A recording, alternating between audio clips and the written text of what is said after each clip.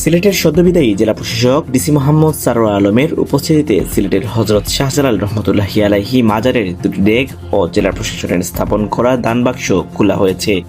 গণনার পর নগদ 17,65,559 টাকা এবং 7 আনা সোনা পাওয়া গেছে। একই সাথে পাওয়া গেছে ডিসি মোহাম্মদ সারোয়ার আলমকে উদ্দেশ্য করে লেখা একটি বিশেষ চিঠি। গতকাল সোমবার মাজারের দান বাক্স থেকে চিঠিটি পাওয়া যায়। চিঠিতে লেখা ছিল, ডিসি সাহেব আসসালামু আলাইকুম। শাহজালাল মাজারের অনিয়ম ও দুর্নীতির বিরুদ্ধে আপনার ব্যবস্থা গ্রহণের জন্য সিলেট সহ দেশে এমনকি বিদেশি অবস্থানরত লোকজন শুধু আপনার প্রশংসাই করছে না, 95% মানুষ আপনার পক্ষেই আছে। সবচেয়ে বড় লুটকারী হচ্ছে দরগার কেরানি শাহ মাহমুদ খান। অর্ধেক টাকাই সে মেরে দেয়। সে কেরানি হয়েও বড়াই করে বলে সে নাকি খাদিম।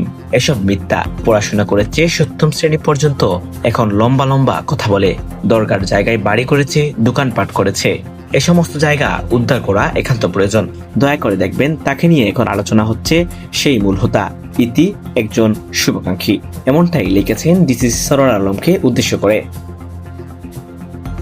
উল্লেখ্য, গত বছর 18 আগস্ট সিলেট এসে যোগদান করেছিলেন ডিসি সারোয়ার আলম।